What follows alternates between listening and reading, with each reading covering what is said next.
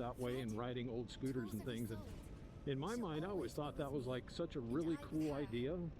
And even though I never got to meet these people, I would have liked to, because I've always had a soft spot and admiration of all things kind of rockabilly.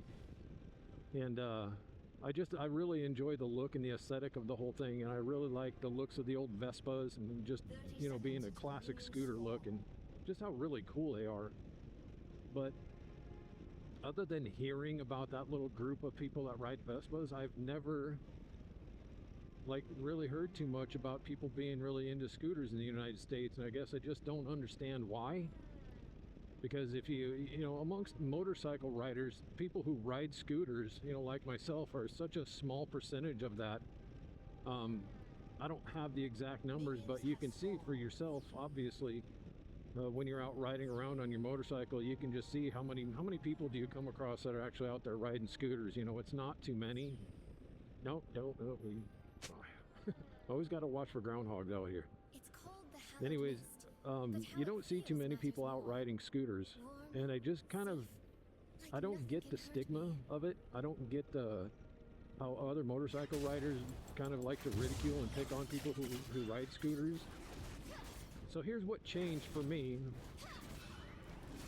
of what kind of makes me curious as to why people make fun of scooters and scooter riders, is once I got on this bike and I got used to the, like, just the absolute convenience of it, and like how much fun I have riding it, that absolutely changed for me, and it convinced me that if more people in the United States would simply just go out and ride a scooter and experience a scooter, that they would probably buy more scooters.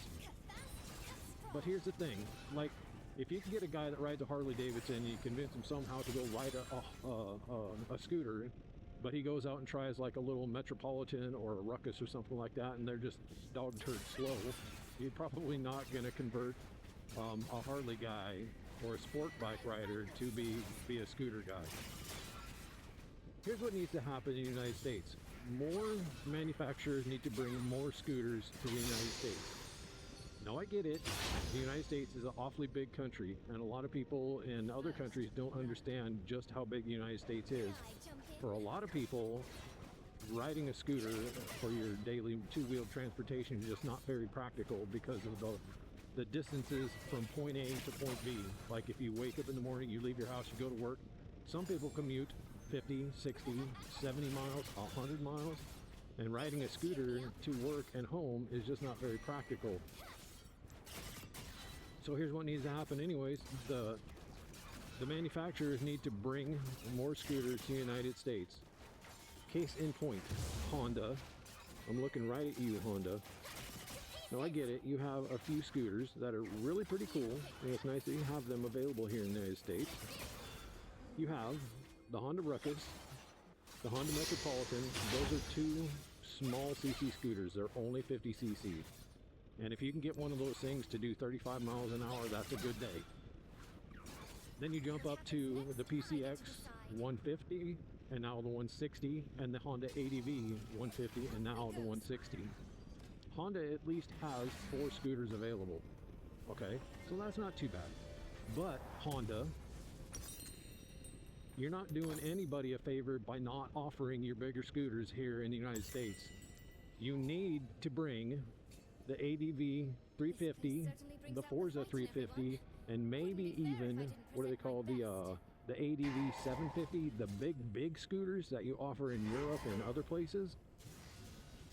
Because I think if we actually had some big scooters available here in the United States, more people would go out of their way to ride scooters and buy scooters. Now, Yamaha, on the other hand, they actually offer a big scooter.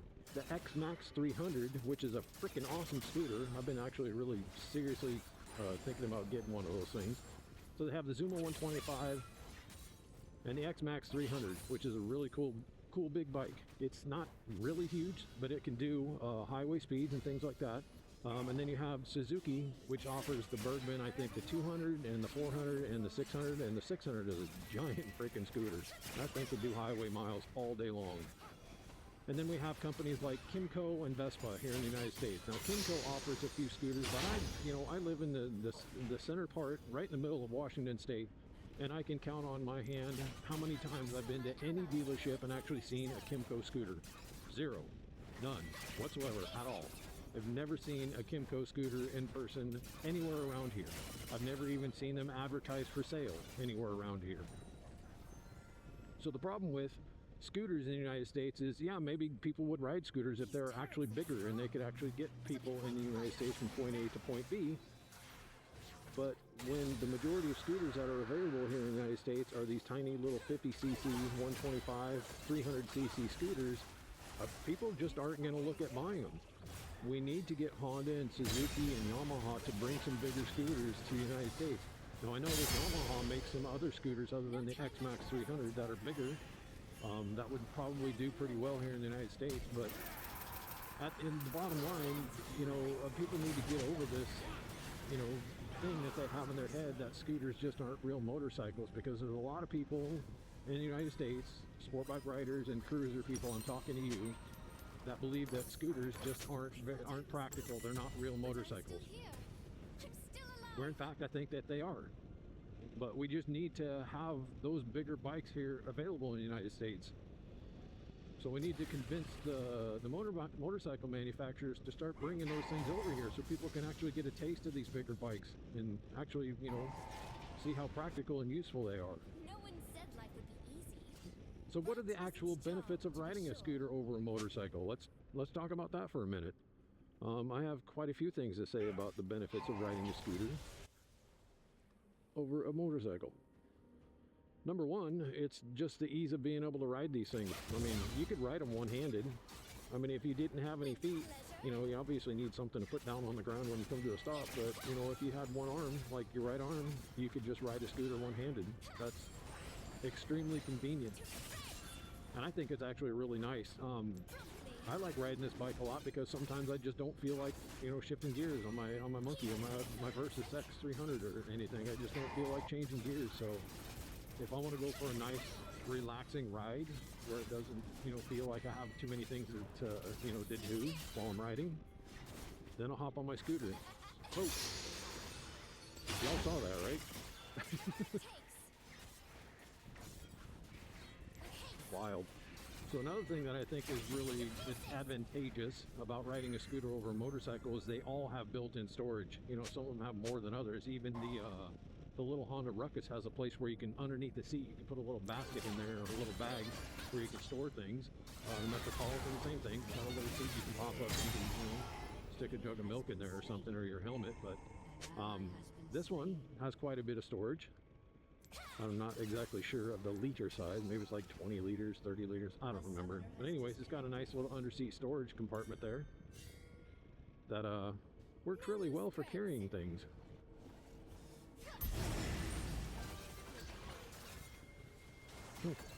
One thing that's really cool about scooters is you do have a lot more wind protection than you do on a motorcycle. Simply because of the way the scooters are built, you usually have a lot of wind protection down toward your legs. Get off the road, stupid.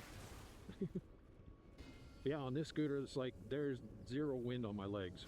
I never feel a bug hit my leg, never nothing. Even when I've ridden it in the rain, I hardly ever get my legs wet. I can't give up. Because of the wind in the rain just kind of goes around me. The only place you really have any wind on you on a scooter is like your shoulders. If like the Honda Forza 350 and some bigger scooters were available here, I would most certainly buy one. The one that's kind of in the Goldilocks zone for me right now is the Yamaha X-Max 300. And they've done some really cool things with that bike over the last couple of years. Like it's got a full digital instrumentation, on the dashboard. This year's version of it actually has an electronically adjustable windscreen, which is really pretty cool. That's something that would come in handy.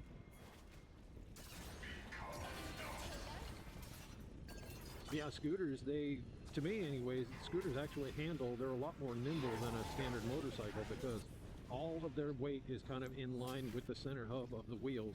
So it makes it feel like it's just super, super, super easy to tip into corners and lean over and stuff like that. And when you're walking them around just standing next to them, it's super easy to do that too. Because the weight's so low, it doesn't feel like the bike's going to tip over at all. here we are. Let's see, that's 19.1 miles from where I started off at, plus the 6 or so that I had on my odometer, trip A, so 26 miles just to get to this little town. When I moved back here with my wife and 2 young children in Colorado, what's been 19 years ago, we rented a house here in this little town. And at the time we were only paying, what, $700 a month, but it was a little 2-bedroom, 1-bath house. Wasn't too bad, wasn't very old. That little Friday's Auto Parts right there, that used to be like a pretty well-known mechanic shop, and the guy had all kinds of really cool old Mopars behind that fence back there. There's still a few of them left, but I don't know whatever happened to that guy. But this is Tyson, Washington. And when we moved back here, we only lived here for maybe 6 months, because the house that we moved into had a neighbor that kind of had a shared driveway amongst, you know, my house, my neighbor's driveway. And this guy was a real dickhead about everything. I'll even pull over and show you. Like, I lived like way back there at the end of this driveway, and believe it or not, there's 2 sides to this driveway, as you can kind of see. But there was a little shed right there where that Volkswagen's sitting, and it was really, really close to these barriers. And the reason why these barriers are here is because this asshole that lived here cared so much about his yard. As you can see, everything's like dead and everything now, but he went out and bought, because one time he actually had a string going down the center of this thing to mark his side versus our side. And, you know, one time I accidentally crossed the line. I drove over the string, God forbid. And this guy went out and bought all of these concrete boxes, these big giant blocks, and put them all the way down the middle just to mark his side from everybody else's side. I think that guy was like mentally, you know, there's something like off in his head, because why would you spend like $27,000 on blocks to block off, you know, your part of the driveway? But I don't know if he passed away or whatever, but as you can see, his what used to be a perfectly manicured lawn is now all dead, and his house is falling apart. There's still a car parked there. That's his car. It's the one he drove, because he also had one of those stupid little meter maid carts things that he drive around. But maybe he's just so sick now that he can't get out and take care of his property. But the whole time we lived there, that guy was a freaking nightmare.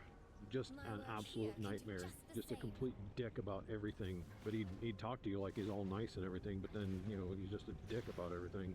Like, you know, putting concrete blocks down the middle of the driveway. Who does that? What a wacko. Anyways, it's not a very big town. You know, it's mostly agricultural workers that live out here. It's not bad though. It's nice and quiet. It's much quieter than where I live now. But now I got to remember how to get to where I'm going.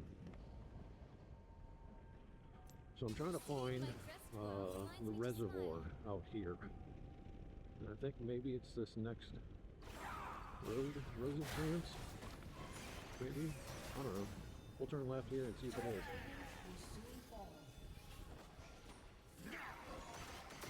Because you can only go so far that way, and you have to end up turning back. Let's see if this is it, maybe. I think this is it. We'll find out. Now they cut a different cloth.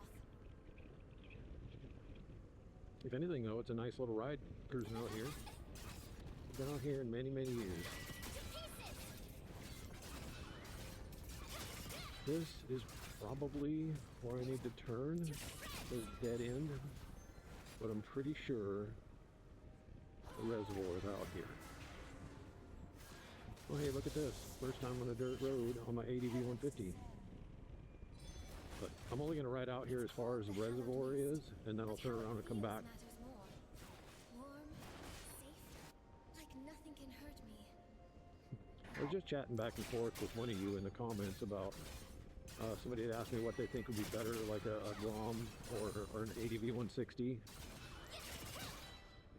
And there was something brought up about, you know, about how they would do on dirt roads and things. And I'm pretty convinced that the ADV 160 would do better, you know, than a Grom. Even though plenty of people take Groms off road and stuff, but I think right out of the factory, I think the ADV is like got a better suspension for handling dirt roads and things.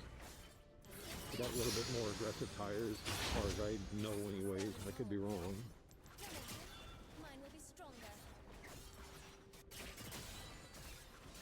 Man, I have not been out here in a long time. I used to come out here all the time and go target shooting with my nephews and my wife and everything. It's fun. I hate washboards.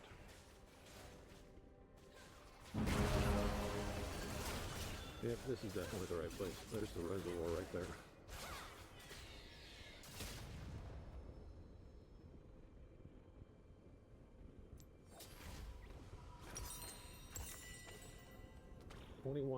.4 miles to get here. He certainly brings out the fight in everyone. Wouldn't be fair Not if too I many didn't present hills my other than the best. first one that I climbed. Let's see. Oh, that thing's pretty full.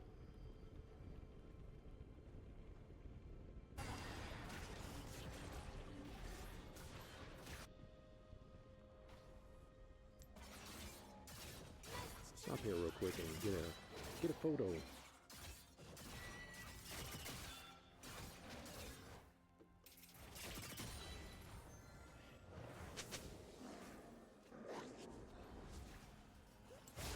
So nice and quiet. Look at the color of that water. The aqua green.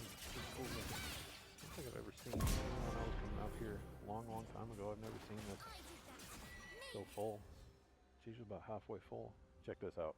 I know I did a video talking about how my dad passed away and everything, and I found this little Canon camera in a little office that he liked to play music and stuff. It's pretty cool. Things in like mint condition. I think it was made in 2010, if I remember correctly, maybe 2012. But it's just a little tiny Canon PowerShot camera.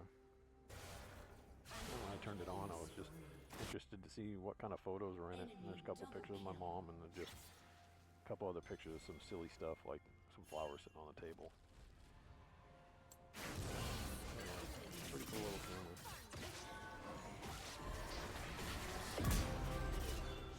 There's been this whole revival of what they call, people call digicams.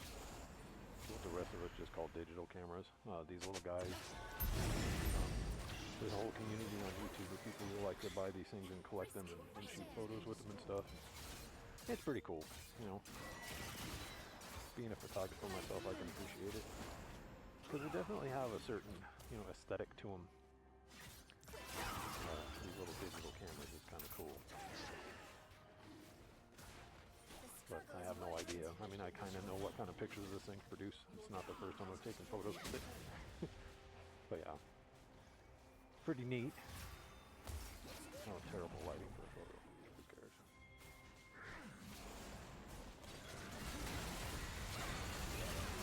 But Titan Reservoir, farther up the road. I guess we can just keep going to see what's up there if they change anything. Since I was blocked out here. Hopefully they haven't. I'm going to block roads off. I have the discover path? No, I don't. I left it on my scooter. Dang it. Oh well. This bike would definitely benefit from having some knobbies on it. That's for sure. Tires don't feel too bad, but this being loose gravel, this is like the worst type of road surface to try to ask for traction on. So I'm just going to take it easy. You know, it's funny, I never really pictured myself having the want and desire to actually do any off-road riding, but I guess once you've ridden on the street for so many years and you've kind of basically ridden everywhere around your town that there is to see on pavement, the next logical step is to start going off-road, which I'm all for. That's why I bought that little Trail 125. And I mean, I could do it on this bike, I could do it on my monkey. I just make up dumb excuses for buying more motorcycles, I think. But don't we all? Alright, let's see. I see a road closed sign up here already. You can tell me that they've closed all this stuff off too? Get out.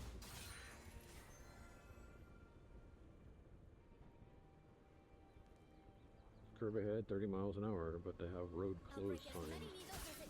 What did they do out here?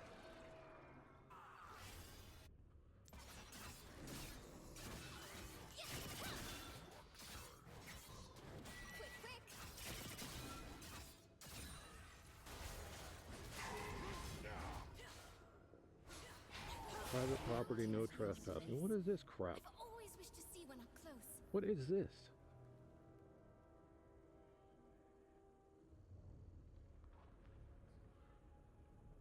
Are you going to tell me that the state shut all this stuff down too? Oh my, I am just so sick and tired of living here. Every year, they're just like clamping down on our freedoms, and now it looks like you can't even get through here to go ride any of these roads. Now they got this big giant gate blocking the whole entire thing off. No trespassing honeybee yard. Look at this. It's a fabric making something Well, so much for that, I guess.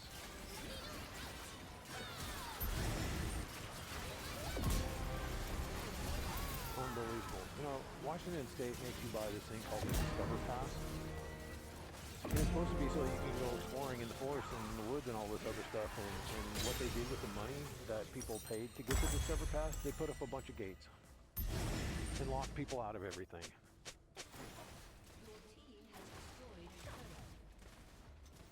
Well, so much for that. I guess I won't be doing any exploring up here on my Trail 125 like I wanted to. Because now it says private property, and this was never ever private property before. What a bunch of BS, man.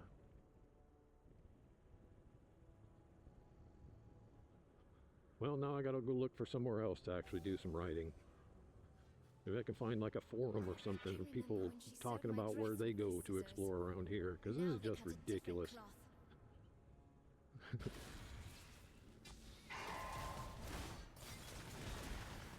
I can be honest, man, that makes me mad. I'm honestly like pissed off right now. Because of all the things we used to go, like all the places I used to go years ago, you know, just going out exploring and everything. Every time I go try to find somewhere else that I used to go, it's all blocked off. There's gates. You can't get anywhere. This is ridiculous, man. I'm moving out of this damn state. This is absolutely ridiculous. Anyways, everybody, I hope you enjoyed the ride and the conversation. You know, thanks for coming along. I'm going to just end the video right here because, well, what else am I supposed to do? You know, where else am I supposed to go?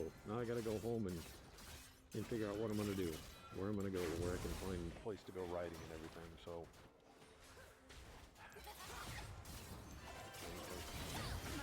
I guess I'll stop the camera. That's a dead end. Can't get anywhere in there now.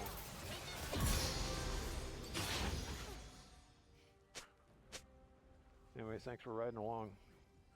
Have a good day. We'll, see you later.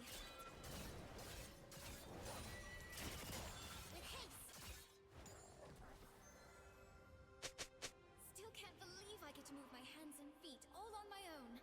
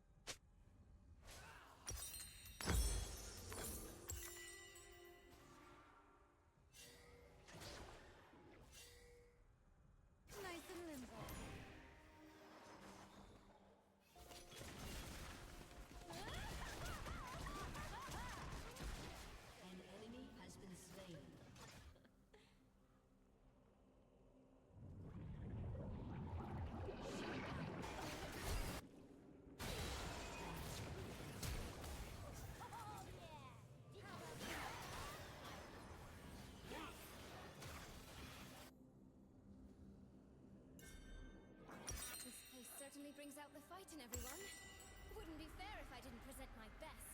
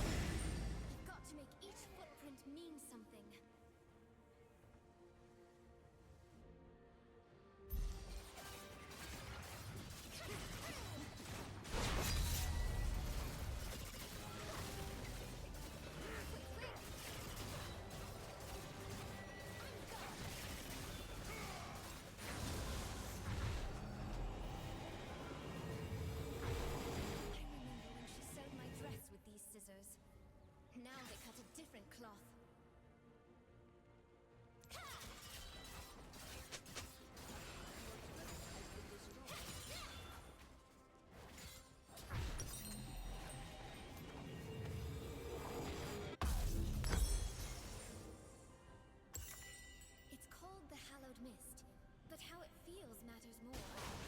Warm, safe, like nothing can hurt me.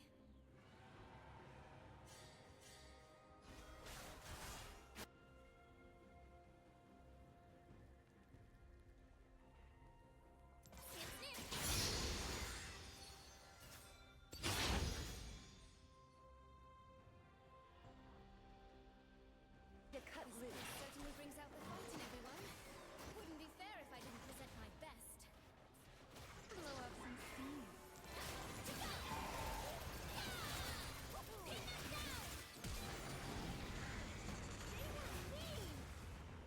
That's it. Running's allowed. Let's work those muscles. Better than a dream.